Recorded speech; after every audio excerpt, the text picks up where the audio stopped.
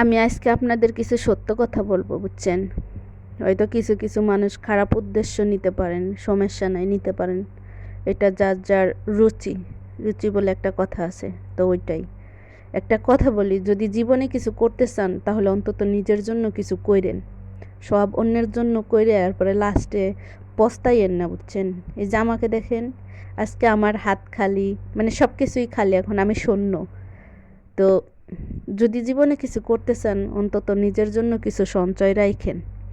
আপনি আপনার প্রিয় মানুষগুলোর জন্য সব কিছুই করছেন, কিন্তু দিন শেষে দেখবেন বেইমান হয়ে যাবেন।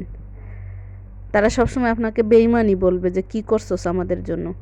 তো যাই করেন নিজের জন্য কিছু রাখেন, বুঝতে পারছেন?